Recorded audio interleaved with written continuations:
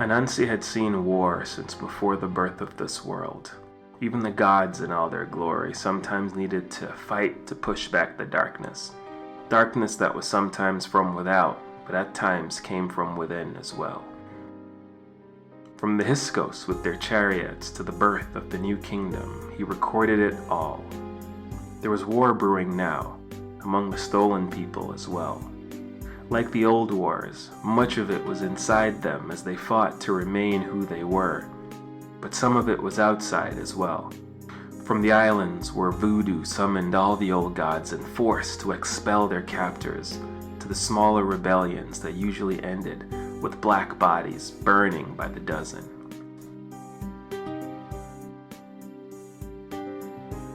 This is chapter 4 in the story of Kamau the Obaifo, and how the phenomenon now referred to as vampirism first came to the place once called the New World, then the colonies, the Americas, and eventually taking on individual names like Jamaica, Cuba, Haiti, and Barbados. Names that reflected the unique union of the original people, the stolen people, and the ones who tried to conquer them all. Welcome once again. I am History. To understand our story, I would suggest starting at chapter 1. We will all be here waiting when you return. Historians refer to the massacre at the Combe Plantation as the most violent incident involving only Europeans in the history of the island up to that point. Robert Rhodes, 1963, describes this event in his book, Obaifo, Father of the Vampire. Rhodes assembled his book from careful examination of slave narrative as well as first and second-hand interviews with family members of other people who had some connection with the men in the house on the night that Kamau visited. Rhodes writes, Kamau the Obaifo came at night, his hands still stained with the blood of his lover Asa. Winston Beering was barricaded in the house with 7 guards, all white men, because he did not trust the black men in his employ to stand against one of their own. Not in this case, not against this man. The Combe Plantation was one of the most successful on the island, supplying 40% of his sugarcane, so Beering and his guards were well armed. They were also especially motivated because of the exchange between Kamau and Beering earlier that day.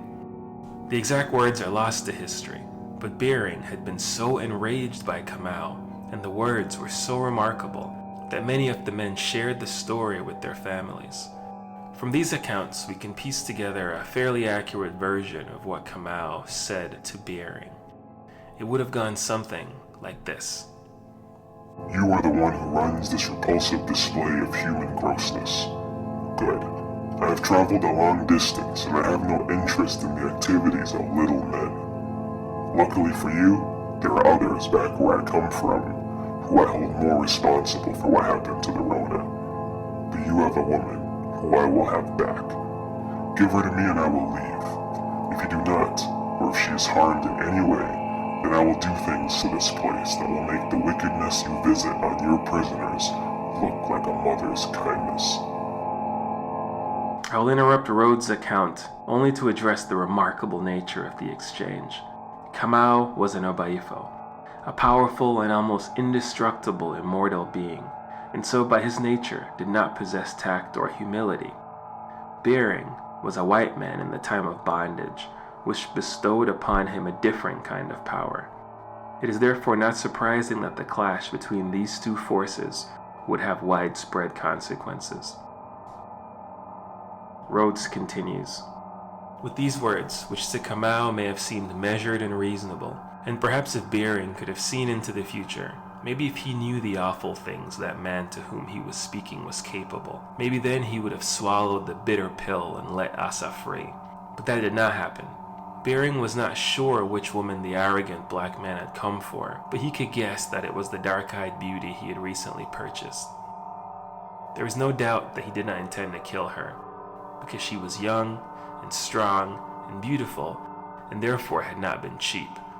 But when Asa refused to let him punish the man in the way that Beering thought would have been most effective, he cut her and left her body for any potential rescuers to find. Then, he recalled all the men to the big house, armed them well, and waited. There would, however, be no great battle when Kamau came. Comb plantation slaves who were interviewed later said that there were maybe a dozen gunshots, a surprisingly small number given the amount of men and ammunition that were recorded to be present. Instead, what filled the night were the Obaifo's roars, reported to have woken up local residents miles away, shattering glass and violence.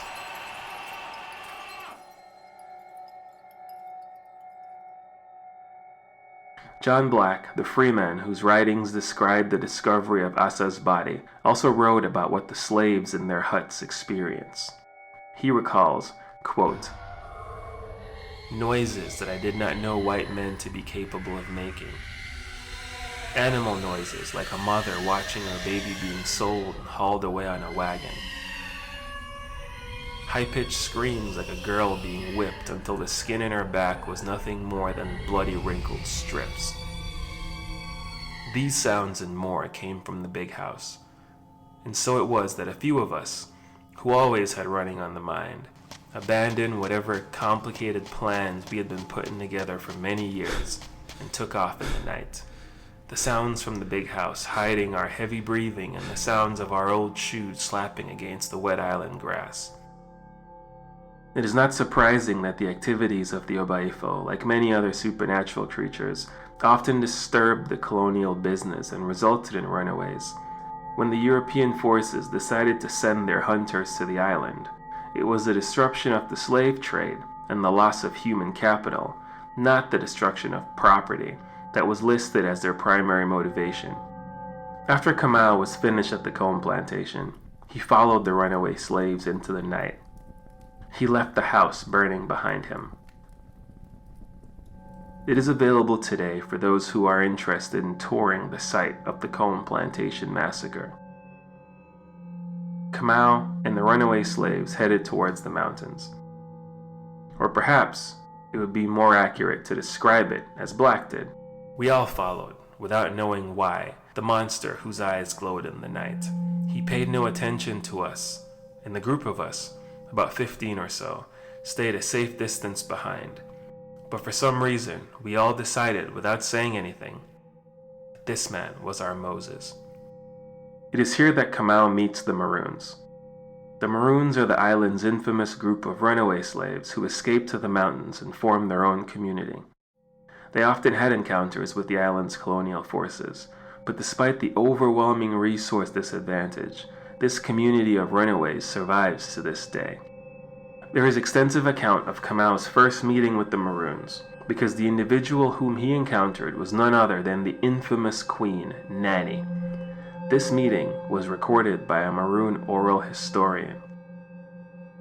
She had been scouting with a small group of warriors when they heard the noises coming from the comb plantation. Nanny knew well enough what the screams coming from the house meant, so she directed her group closer. After some time, she saw the glowing eyes of the Obaifo drawing closer, the group of runaway slaves following close behind him.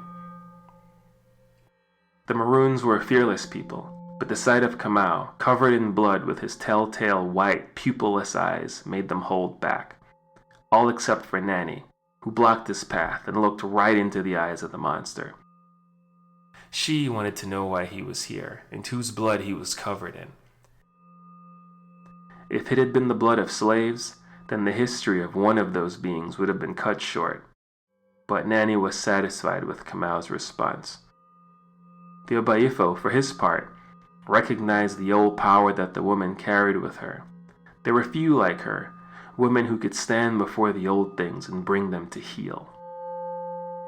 From these same oral histories, we know that Nanny convinced Kamau to come with her back to Nannytown, the village of runaways that she had carved out on the side of a cliff. It is unclear how she was able to reason with the Obaifo in his enraged state, but John Black, who was among the runaway slaves that night, and would become a sometime companion to Kamau, he once recorded Kamau as having said about Nanny, quote, "She was the old kind of power that even in my long life was a rare thing. I had seen some of it in Asa.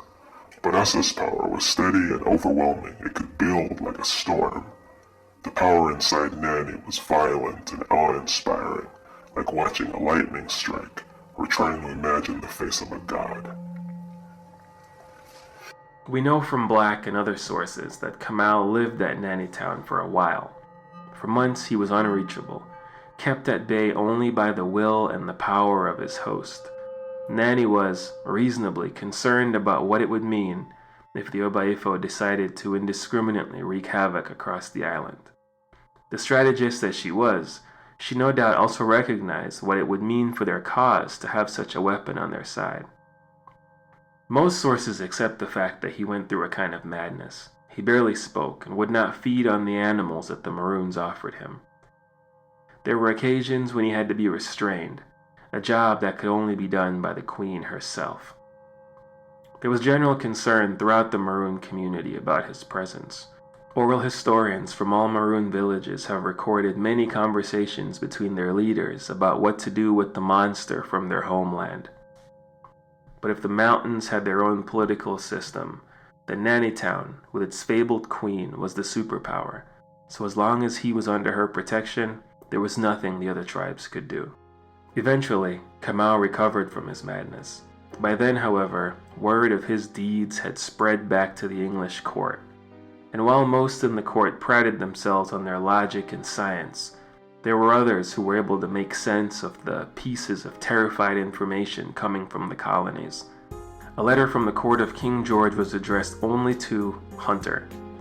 In this letter, written by one of the king's top advisors, King George speaks of a, quote, disease inherent to the Dark Continent that has made its way to the colonies.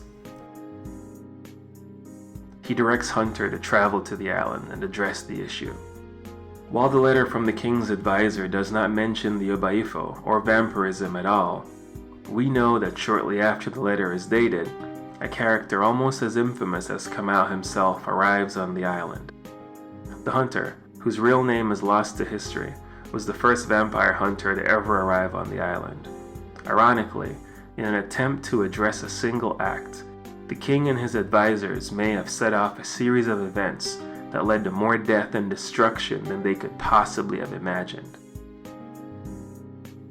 The specifics of this decision and the arrival of the hunter on the island is in itself a remarkable piece of history.